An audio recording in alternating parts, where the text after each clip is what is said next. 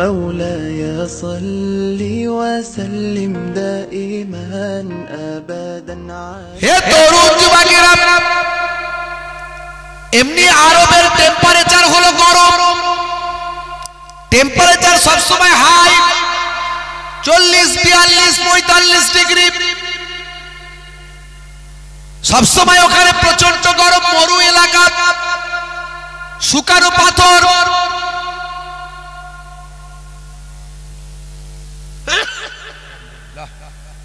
শুকানো পাথর তো মরু এলাকা, সব সময় প্রচন্ড তাপ, প্রচন্ড গরম। আর হজ করতে গেলে হজের ভাই আমার যে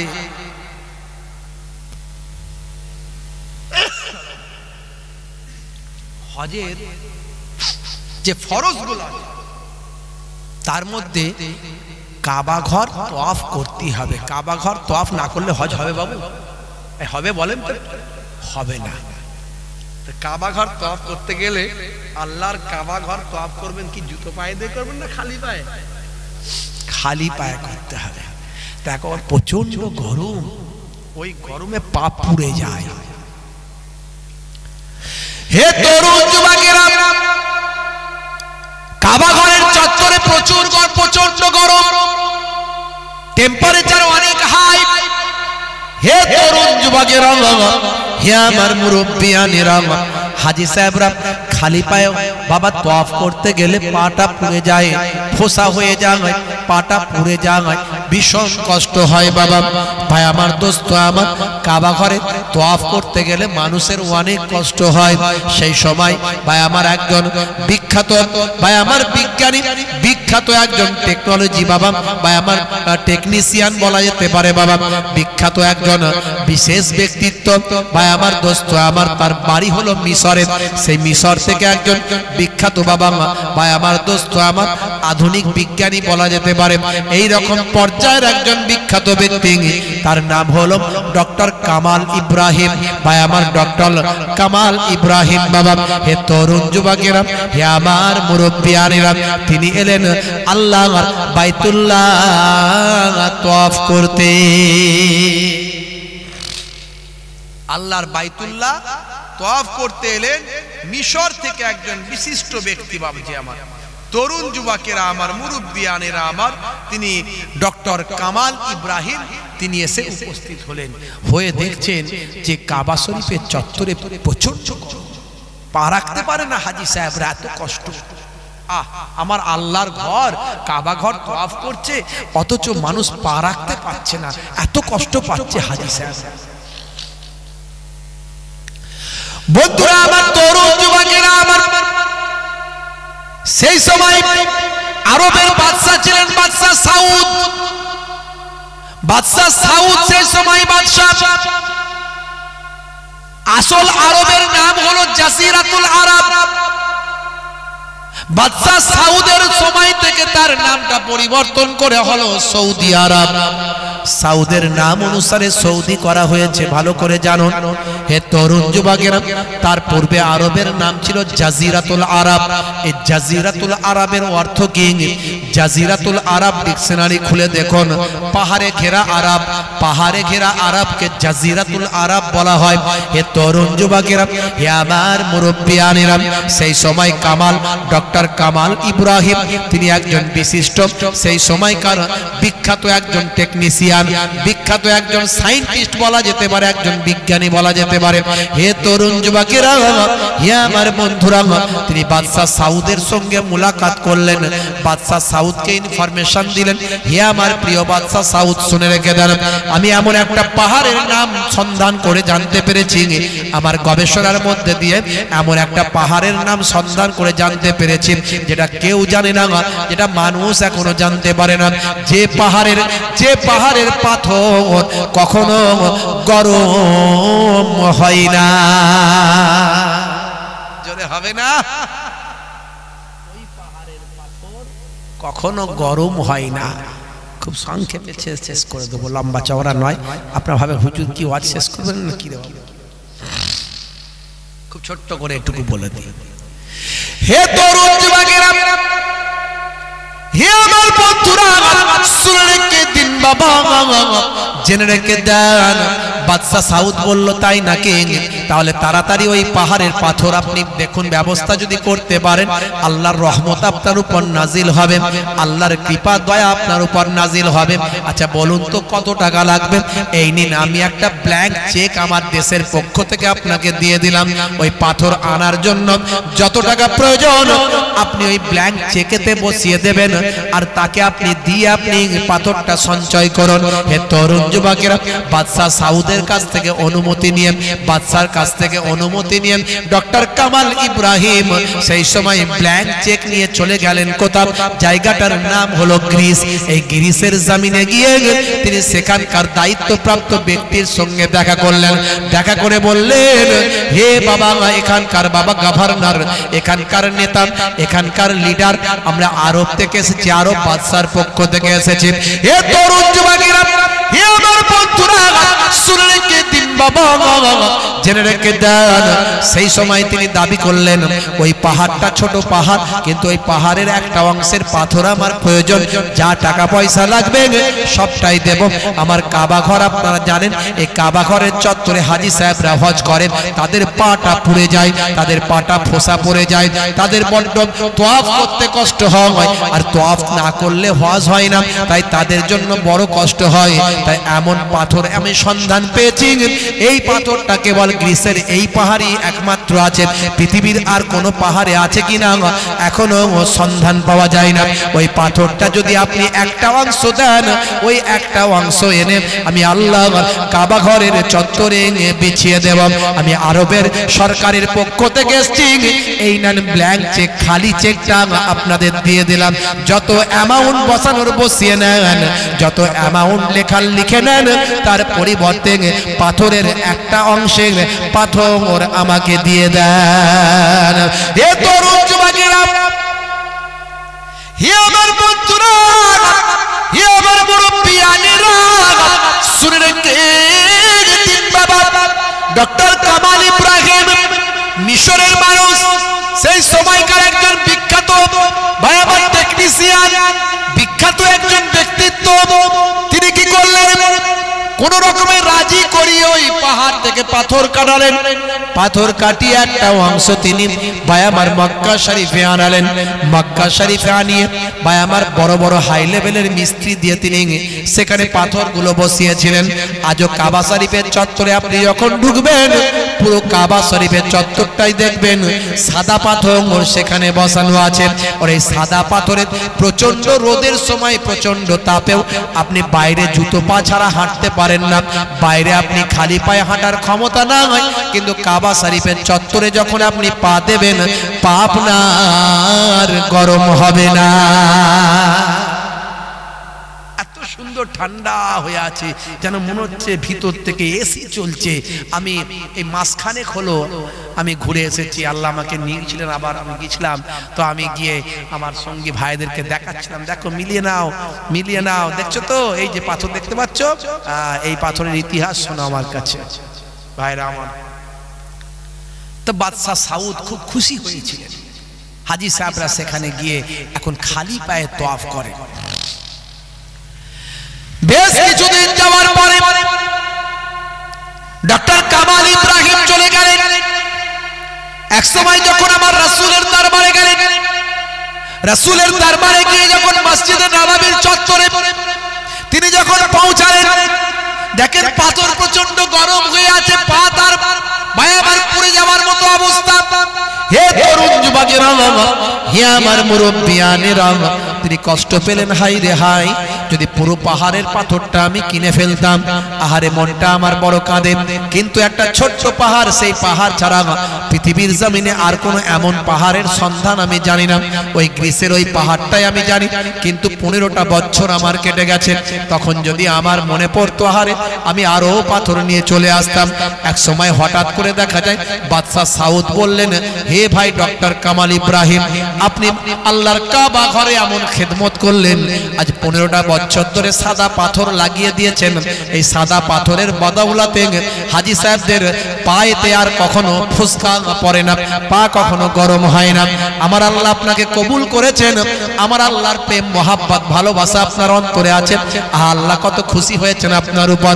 কিন্তু 15টা বছর কেটে গেছে, আমারও সেই সময় মাথায় ছিল না, আর আপনারও সেই সময় হয়তো মাথায় ছিল না।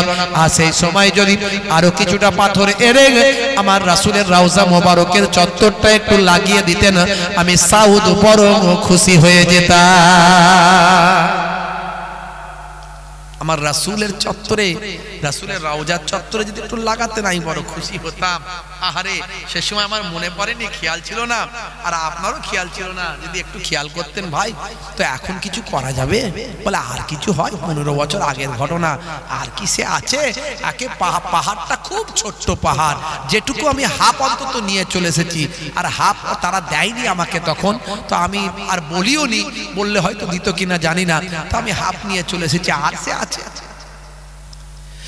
হে তরুণ যুবকেরা, বাদশা সাউদ বলেছিলেন, ভাই একবার যান, আরেকবার চেষ্টা করুন, যদি আমার নবীর রূহানি দোয়া আপনার উপর থাকে, আমার আল্লাহ হতে পারে আপনাকে মিলিয়ে যদি দেন। 15 বছর পরে আমার নবীর রওজা মোবারকের চত্বরে যদি সাদা পাথরটা লাগাতে পারি, মানুষ আরামের সঙ্গে ইত্মিনানের সঙ্গে চলাফেরা করবে, নামাজ আদা করবে। হে তরুণ যুবকেরা, হে আমার বন্ধুরা, শুনে রেখে দিন বাবা, জেনে রেখে দিন বাবা, ডক্টর কামাল ইব্রাহিম মিশরের বিখ্যাত একজন টেকনিশিয়ান, বিখ্যাত সেই সময়কার বিজ্ঞানী ভাই আমার, দোস্ত আমার, তিনি বাদশা সাউদের কাছ থেকে আবার পূর্বের ব্ল্যাঙ্ক চেক নিয়ে চলে গেলেন আবার গ্রিসে গিয়ে সেই পাহাড়ের সন্ধান করতে লাগলেন। সন্ধান করে সেখানে গিয়ে বাবা সেই পাহাড়ের দায়িত্বে থাকা মালিকের সঙ্গে কথা বলে বললেন, পাথর কি আর আছে বাবা? পাথর কি আর আপনার এখানে আছে? যদি পাথর থাকে আমাকে তার বাকি অংশটা দিয়ে দেন। সেই সময় তিনি বললেন, আপনি 15 বছর আগে এসেছিলেন, আজকে কি আর পাথর থাকে? না না নাই। সেই সময় তিনি বললেন, বাবা পাথর কি আর থাকতে পারে? কখনোই সে পাথর আর পাওয়া যাবে না। এমন সময় ডক্টর কামাল ইব্রাহিমের মনটা খারাপ হয়ে গেল। হে তরুণ যুবকেরা, হে আমার বন্ধুরা, শুনে কে দিন বাবা, তিনি বললেন, আচ্ছা কে কিনেছে কি আপনার মনে আছে? বলে সেটা কেমন করে বলতে পারি? সেটা খাতাপত্র দেখতে হবে, 15 বছর আগের কথা, এটা কখনো সম্ভব নয় সাহেব। আমি আপনাকে কেমন করে বলতে পারি যে 15 বছর আগে বাকি পাথরের অংশ, পাহাড়ের অংশটুকু কে কিনেছে, পাথরগুলো কে কিনেছে? ভাই আমার, দোস্ত আমার, ডক্টর কামাল ইব্রাহিম তবুও বললেন, যদি সম্ভব হয় তাহলে আমাকে একটু জানাবেন, আমাকে একটু খবরটা দেবেন, আমি চললাম। এই বলে তিনি চলে যাচ্ছিলেন। এমন সময় ম্যানেজার জানিয়ে দিলেন, হে ডক্টর কামাল ইব্রাহিম, অ্যাড্রেসটা পাওয়া গেছে, ঠিকানাটা পাওয়া গেছে, যে পাথরটা কিনেছে সে পাথর কিনা ব্যক্তির অ্যাড্রেসটা, ঠিকানাটা, নামটা আমাদের লিস্টে পাওয়া গেছে। এই নিন, আপনাকে আমরা ভালোবাসি, আপনি একজন বিশেষ ব্যক্তিত্ব, তাই আপনাকে নাম ঠিকানা অ্যাড্রেসটা আমি জানিয়ে দিন। সেই সময় তাড়াতাড়ি তিনি নাম ঠিকানা অ্যাড্রেসটা নিলেন, নিয়ে দেখলেন হাই রে হাই, যে মানুষটা কিনেছে সেই মানুষটা পৃথিবীর অন্য কোন দেশের মানুষ নয়, সেই মানুষটাকে যিনি কিনেছেন তিনি হলেন সৌদি আরবের একজন বিখ্যাত ব্যবসায়ী। 15 বছর আগে। হে তরুণ যুবকেরা, ডক্টর কামাল ইব্রাহিম তাড়াতাড়ি ফ্লাইট যোগে চলে এলেন সৌদি আরবে। সুজা সেই ব্যবসায়ীর বাড়িতে চলে গেলেন, দোকানে চলে গেলেন, কারবারে চলে গেলেন, গিয়ে বললেন, ভাই 15 বছর আগে সাদা পাথর আমি গ্রিস থেকে নিয়ে এসে আল্লাহর কাবা ঘরে লাগিয়েছিলাম, সে সময় আমার মাথায় ছিল না, রাসূলের রওজা মোবারকেও লাগিয়ে দিলে ভালো হতো, এটা সে সময় আমার মাথায় ছিল না। আজকে বাদশা সাউদের নির্দেশে আমি ব্ল্যাঙ্ক চেক নিয়ে সেখানে গিয়েছিলাম, কিন্তু ফিরিয়ে দেওয়া হয়েছে, তোমার অ্যাড্রেসটা দেওয়া হয়েছে। ভাই 15 বছর আগে তুমি যে সাদা পাথরটা নিয়ে এসেছো সৌদি আরবে, সেই পাথরটা কি তোমার শেষ হয়ে গেছে, দেওয়া হয়ে গেছে, বিক্রি হয়ে গেছে, না কি হয়েছে আমাকে একটু জানাও। যেখানে পাবো সেখানে যাব, সেখান থেকে তুলে নিয়ে এসে আমার রাসূলের দরবারে যদি লাগাতে পারি নিজেকে ধন্য মনে করব। ভাই বলো তো দেখি সেই পাথর কি ব্যবহার হয়ে গেছে নাকি সেই পাথরের খবরটা একটু জানতে চাই। ম্যানেজার খাতা খুলে খুলে বলে 15 বছর আগের যে পাথরটা আনা হয়েছিল গ্রিস থেকে, সেই পাথরটা কখনো বিক্রি হয়নি, বরং 15 বছর আগে থেকেই গোডাউনে যেমন কাঙার তেমন পড়ে আছে। হযরতে বাবা ডক্টর কামাল ইব্রাহিম আলহামদুলিল্লাহ আল্লাহর প্রশংসা করে সঙ্গে সঙ্গে বললেন যত টাকা লাগবে তুমি তোমার অঙ্কটাই ব্ল্যাঙ্ক চেকে বসিয়ে নাও, আর আমাকে ওই সাদা পাথরটা যা আছে সবটাই দিয়ে দাও। ভাই আমার সৌদি আরবের সেই ব্যবসায়ী বলে নবীর রওজায় সাদা পাথর বসাবে, পয়সা আমি নিতে পারবো না, পয়সা নিলে দুনিয়ায় হয়ে যাবে, তাহলে আখিরাতে নবীর কাছে আমি কি পাবো? হে তরুণ যুবকেরা, ডক্টর কামাল ইব্রাহিম সেই সাদা পাথর নিয়েছে বিনা পয়সায়, বিনা মেহনতে। তার নিজের জীবনে কখনো মজুরি নিলেন না, যত মিস্ত্রি সব লাগিয়েছিলেন কোনো মজুরি নেননি, বিনা পয়সায় বিনা ভাই আমার সবকিছু তিনি নিজের খরচা দিয়ে করে ভাই আমার আল্লাহর নবীর রওজা মোবারকের চত্বরে, মসজিদে নববীর বাইরে চত্বরে সাদা পাথরটা তিনি সেখানে বসিয়ে দিয়েছেন। বাদশা সাউদের আমল থেকে আজ পর্যন্ত সেই সাদা পাথরে যারা খালি পায়ে হাঁটে জিজ্ঞাসা করবেন, প্রচন্ড রৌদ্রের কারণে অন্য পাথরে যখন পা রাখা যায় না, সেই সাদা পাথরে তারা পা দিয়ে অনায়াসে হাঁটাহাঁটি করে, ঠান্ডা যেন মনে হচ্ছে বরং বের হচ্ছে। বলার উদ্দেশ্য হলো একটা ডক্টর কামাল ইব্রাহিম একজন বাবা মিশরের মানুষ, তার মধ্যে কেমন আল্লাহ প্রেম নবী প্রেম। হে তরুণ যুবকেরা, যার হৃদয়ে আল্লাহ প্রেম নবী প্রেম থাকবে আমার আল্লাহ তাকে কখনো নিরাশ করবেন না। আপনি কখনো মায়ুস হবেন না, আপনি কখনো নিরাশ হবেন না। আপনার মধ্যে আল্লাহ প্রেম নবী প্রেম থাকলে, আর আল্লাহ প্রেম নবী প্রেমকে বাস্তবায়িত করতে গেলে আল্লাহর নির্দেশ রাসূলের সুন্নত আপনাকে মেনে চলতে হবে। তাই আজ থেকে প্রতিজ্ঞা করুন রাসূলের সুন্নত মেনে চলবো, আল্লাহর নির্দেশ মেনে চলবো। যাদের ভিতরে সুন্নত পাওয়া যায় তারা কেউ পথহারা হয় না, রাসূলের পথে যারা চলে দুনিয়ায় বাতিলের বাধা তারা মানে না। নিশীত রজনীতে সেজদাতে যায়, হুসাইনি তাদের নিয়ে ভাবনাতে রয়, বিপদের মাঝে তারা যতই পড়ুক, বিপদের মাঝে তারা যতই পড়ুক, রাসূলের তরিকা ছাড়ে না। যাদের ভিতরে সুন্নত পাওয়া যায় তারা কেউ পথহারা হয় না। বলুন না সুবহানাল্লাহ, জোরে হবে না? ভাইরা আমার, যাই হোক 5 ওয়াক্ত নামাজ ছেড়ে দেবেন না, রাসূলের সুন্নত গুলো ভুলে যাবেন না। নামাজ আজ থেকে ওয়াদা করুন নামাজ ছাড়বো না, আজ থেকে ওয়াদা করুন নামাজ পড়া শুরু করব। কাজা হলে কাজা পড়বেন কিন্তু নামাজ ছাড়বেন না।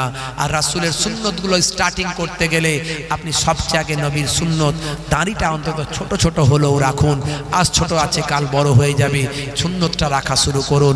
দাড়ি এখন সৌন্দর্যের প্রতীক, আপনার দাড়ির দ্বারা আপনাকে সুন্দর লাগবে, কিন্তু কোন নেতা মন্ত্রী খেলোয়াড় প্লেয়ার রেখেছে বলে নয়, আমি রাখছি নবীর সুন্নত মনে করে, এই মনে করে দাড়িটা রাখা শুরু করুন, দেখবেন আমার আল্লাহ কবুল করে নেবে। আপনার মধ্যে যদি আল্লাহর মাহাব্বত রাসূলের সুন্নত থাকে, আমার আল্লাহ আপনাকে কখনো মায়ুস করবেন না, আপনাকে কখনো ভাই আমার অসহায় বানাবেন না, আপনাকে কখনো তানহাই আপনার মধ্যে আসবে না, আপনার মধ্যে কখনো অবহেলা আসবে না। আল্লাহর প্রতি আল্লাহর মাহাব্বত, আল্লাহর ভালোবাসা আপনি পাবেন এবং রাসূলের রুহানি নেক নাজার নেক ফায়েজ পাবেন। আর এই রুহানি নেক নাজার নেক ফায়েজ পেতে গেলে, আল্লাহর ভালোবাসা পেতে গেলে আপনাকে আমাকে ওলি আউলিয়াদের তরিকা ধরে ওলি আউলিয়াদের দেখানো পথে চলতে হবে। যেভাবে খাজা গরিব নওয়াজ হুজুর চলেছেন, নিজামুদ্দিন আউলিয়া হুজুর চলেছেন, পীর আবু বকর সিদ্দিক রাহমাতুল্লাহ দাদা হুজুর চলেছেন, হযরতে বসির আল আল্লামা হুজুর চলেছেন, আমার দাদা জান আপনারা জানেন পীরনগর পীর সাহেব মায়াপুর পীরনগর হুজুর, যাকে জিন্দা ওলি ওলি বলা হতো। সেই মায়াপুর পীরনগর হুজুর পীর কেবলা রাহমাতুল্লাহ আলাইহি যে পথে চলে আল্লাহর ওলি হয়ে গেছেন, সেই পথে চলুন, দুনিয়া আখিরাত আল্লাহ ভালো করে দেবেন। বলুন আল্লাহুম্মা আমিন। বাপজি আমার, আপনাদের খেদমত থেকে বিদায় নেব। নেওয়ার আগে এই মক্তবের জন্য কিছু সিমেন্ট লাগবে বাপজি। একটু সিমেন্টটা যদি আপনার পয়সাটা সিমেন্টটা যদি দেওয়ালে লাগানো থাকে, আপনার দেওয়া পয়সায় যদি সিমেন্টটা দেওয়ালে লাগানো থাকে, মাশাআল্লাহ সাদকায়ে জারিয়া হয়ে যাবে। আল্লাহর কোরআন কখনো মিথ্যা নয় বাপজি।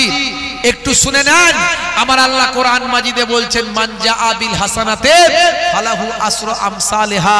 বান্দা একটা হাসানা করবি, একটা ভালো কাজ করবি, এক দিবি, আমি আল্লাহ 10টা তার জাযা বদলা দেব।